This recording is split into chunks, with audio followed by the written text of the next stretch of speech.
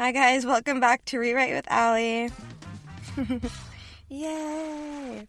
It's gonna be a solo episode today because I had some scheduling issues, but that's okay. Life goes on, we move on, we keep on trucking, and we just continue. So, solo episode that is going to be about starting again. And I think this is perfect time. The leaves are changing. It's a new season. We're in autumn now. It's very symbolic, something to be grateful for. I was gonna start off with gratitude, so that's gonna be one thing. The fact that seasons are temporary and beautiful, and it makes me slow down and adjust. I don't know about you, but I have to adjust my routine, which is something that I'm grateful for because it stretches me, it makes me grow. I'm also grateful for quick access to information. The information that we have today is so abundant. It's so accessible. We can get it in a snap of a finger. Think about AI. Anything that we want to know or anything that we want it to create, it will create it. It makes songs. It makes apps. It makes literally I don't know. It's kind of insane, but it's also a great tool and an amazing tool that we should all take advantage of and be grateful to have. I'm also grateful for God's grace and His truth that I have as my foundation, the rock that I stand on whenever I'm feeling a little unsteady. I don't know if I already said this, but we're going to talk about starting again. The best example that I can think of and the simplest one to explain in order for you to understand that comes to mind is consistency with the gym. So when you're on the grind and you're going to the gym every day, you're being consistent, maybe at the same time every day, and then you stop going for a few days and you feel so guilty, and personally, I feel yucky. I've noticed for me, this is usually right before my period, that week before my period, when I feel sluggish and like I'm retaining more water and just feeling yucky. I also notice it when it's gloomy outside because then I don't have the motivation or the urge to do it, because I just feel like I should be sleeping. Anyways, you feel guilty and you are so hard on yourself, but being horrible and hostile to yourself only makes you feel worse. You start believing the lies that you tell yourself, and that can hold you back. Some people use motivational speakers, and I don't know how to explain this, but kind of aggressive and assertive speakers to help them get to the gym, which I use that sometimes too. Like, I'll listen to those motivational speeches that's like, get your butt going, no one's going to do it for you, you have to save yourself, all that stuff, right?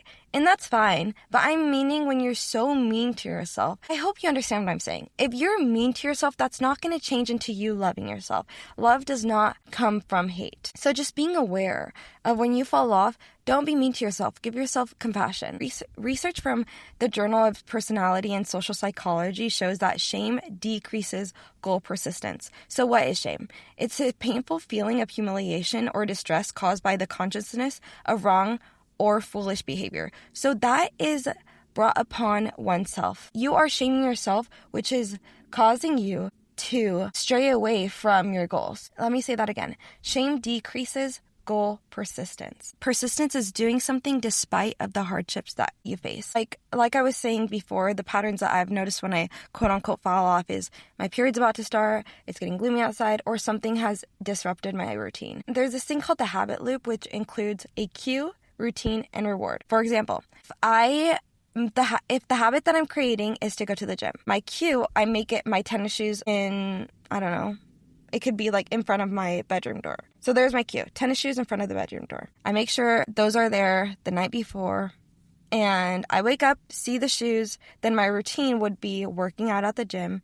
My reward would be the dopamine release and the feeling that I accomplished something that I set out to do. I think it's important to be aware of what might be causing your downfalls, or not your downfalls, but you falling off from routine. Then you're able to slowly begin to adjust and fix it. It's not that you're lazy or undisciplined. It's that something in your environment or your emotions change. And our brains crave consistency and comfort. When routines get interrupted, we can slip, and that's okay. There is no problem with that. We just get right up back on the saddle. Lori Deschene is an author. She wrote The Tiny Buddha.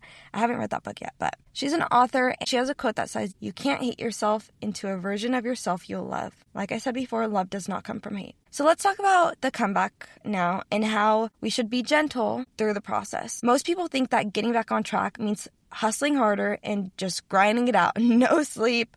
But neuroscience shows that comebacks rooted in compassion and small wins are more effective for long-term consistency.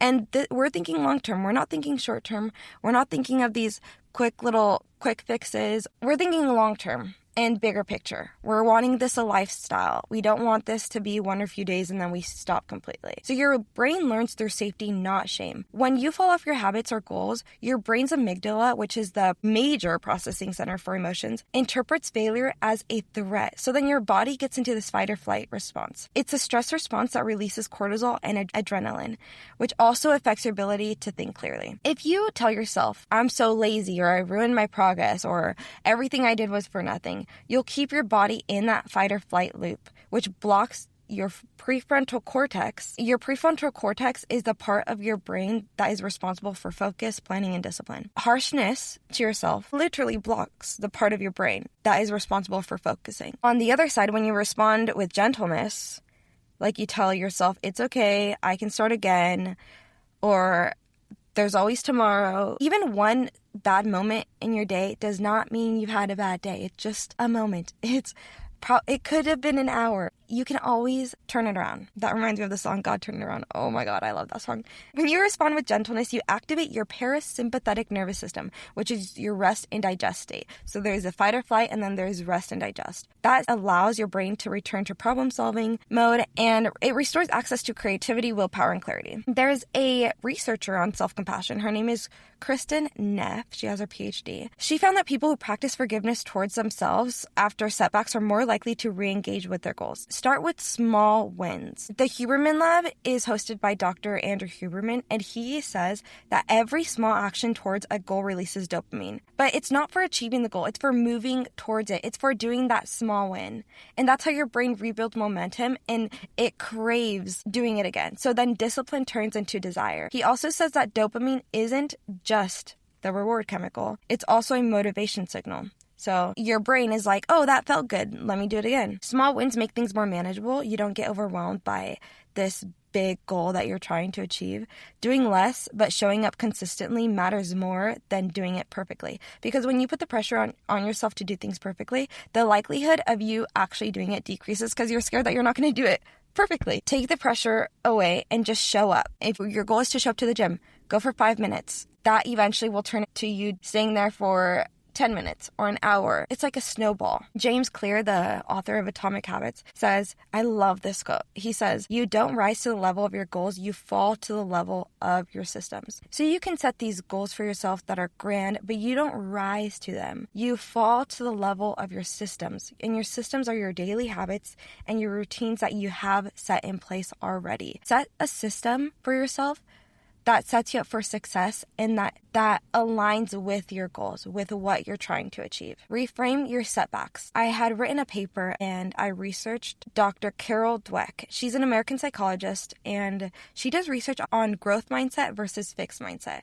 Her research on growth mindset proves that how we think about failure literally shapes our brain and how it responds to when we fail. When we interpret a setback as a reflection of our worth, like, oh, I'm not good enough, I didn't go to the gym today, or I'm ugly, I didn't go to the gym today. This does not work because then our brain's learning system will shut down. But when we see it as feedback in a learning lesson, we are able to ask ourselves, what didn't work out and why didn't it work out? What can I do next time to get the result that I want? So take it as feedback. The brain activates neuroplasticity, which is the ability to form new connections and strengthen resilience. Every comeback is like a mental rep at the gym. You're training your brain to recover faster, to stay flexible, and to persist longer. Effort is what ignites ability and turns it into accomplishment, said Carol Dweck. Let's break that down. Effort is what ignites ability. When you're trying to do something, you become able to do it, right? So you're trying until you're able. Effort is what ignites ability and turns it into accomplishment. So we have effort, the energy that you're expending on it. We have the ability, and that turns into accomplishment. Yay, I did it. Like I was able to accomplish and complete what I had set my mind to. Now, identity over intensity. This is kind of like just showing up consistently and making it a lifestyle and a a part of your routine, part of your systems. Neuroscience supports what behavioral experts like James Clear have long taught. Change sticks when it's identity-based, not intensity-based. So intensity says, I'll do everything right starting tomorrow. No, that's a lot of pressure. Identity says, I'm the kind of person that keeps showing up. Let me give a personal example. If I go to the gym and I don't want to go to the gym, I literally will tell myself, this is what we do. This is what we do. Allie, this is what we do. I talk to myself like that and say, I'm sorry, girlfriend, but this is what we do. Even if you're going to be on the treadmill for 10 minutes and then go home, that's fine. But this is what we do. We show up for ourselves and we do the hard things. This small identity shift rewires your basal ganglia in the brain. It's the region that stores habits, and it associates comebacks with self-trust. Over time, your brain craves that integrity more than the results that you're getting. It's the integrity and active showing up for yourself, and that's what builds confidence. We have come to the end of this very short, but I believe insightful episode. I will listen to this myself when I need a little pick-me-up or a little reminder that starting again is okay, and to treat myself with love, compassion, and understanding instead of harshness, hostility, because I don't deserve that. Treat yourself like you would treat your best friend. Even neuroscience, this also has some scientific backing to it, says that you respond better and the likelihood of you achieving your goals is better if you treat yourself with love. Love cannot come from hate. Some reflection prompts that you guys can think about or write in your journal if you journal are: number one, what's something you've fallen off from that used to make you feel good? Think about that. And maybe you haven't fallen off, which is great. I applaud you. What story are you telling yourself about why you stopped? And is it actually true? Did you stop going to the gym because it's too far of a drive? Maybe you should wake up a little bit earlier. I'm sorry. I'm just saying, okay? I'm just saying. Number 3, what's one gentle step you could take today to come back to yourself? What is one thing that you can do today? One small thing, one small win, and your brain will release that dopamine and it'll eventually turn into desire. Every time that you start again, your brain gets better at resilience and you are rewiring yourself for strength. So even if it's messy, it is progress. It is progress. Anyways, that's all that I have for you today. I love you. Thanks for listening. And I'm sorry again about I'm sorry again that this episode is a little later. But I hope you guys still enjoyed, and I will catch you next time.